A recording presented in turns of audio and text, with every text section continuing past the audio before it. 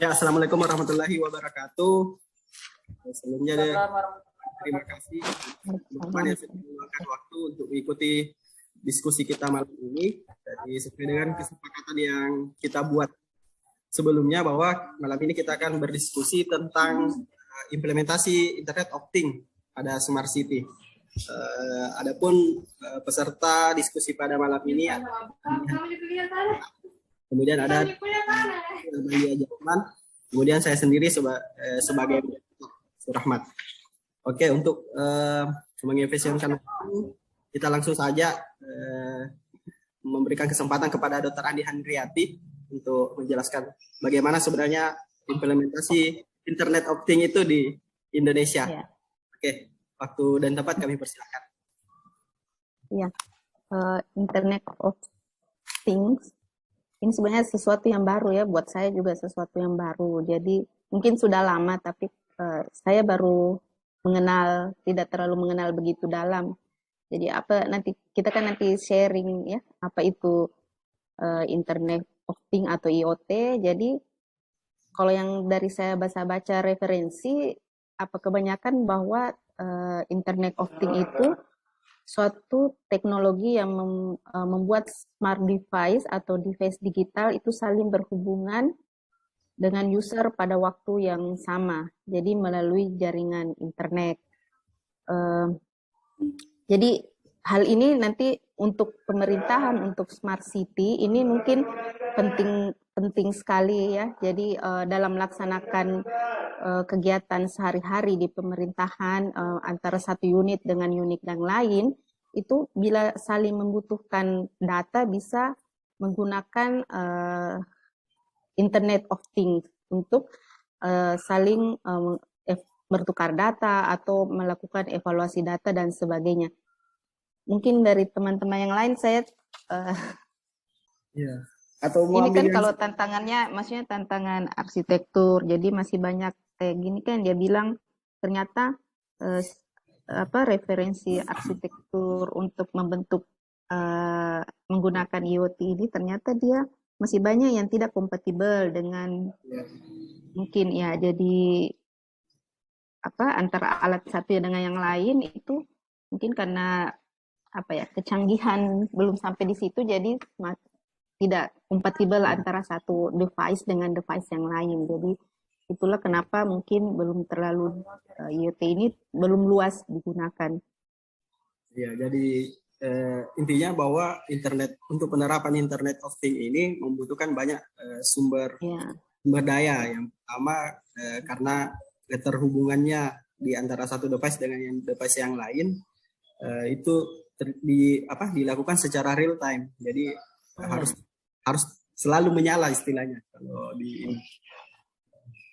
Mungkin untuk kayak daerah-daerah seperti kita di Pasangkayu dengan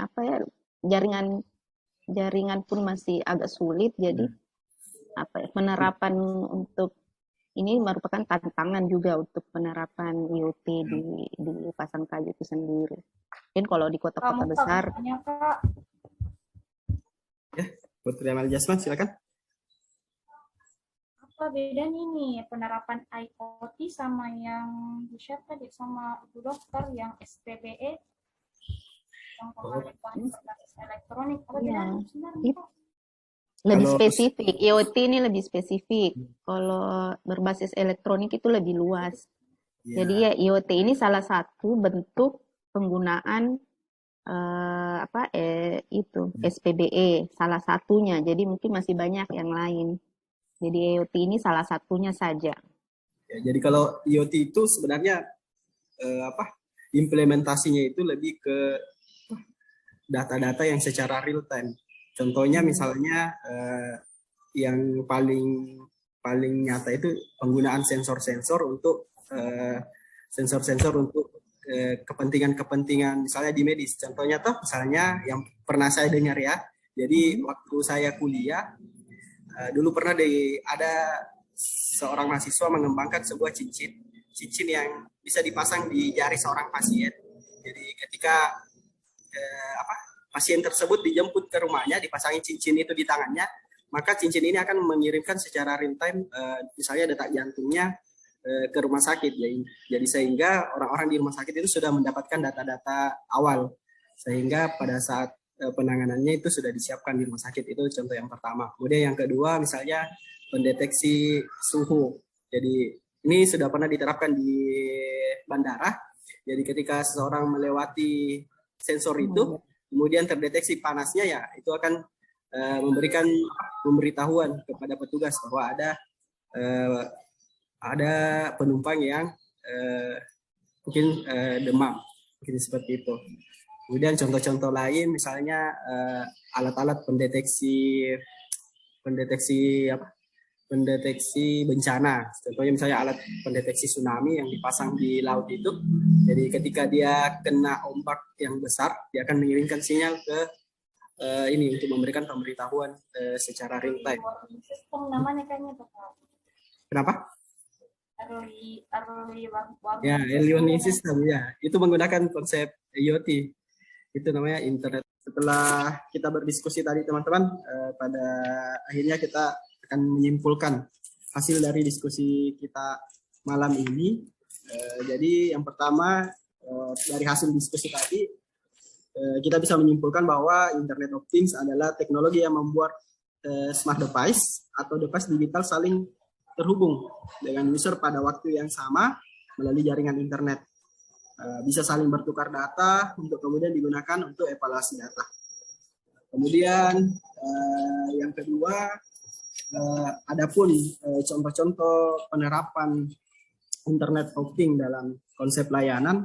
Yang pertama ada waste management, jadi bagaimana pengelolaan limbah itu yang menjadi masalah utama di Indonesia seperti beberapa kota modern, Jakarta, Bekasi.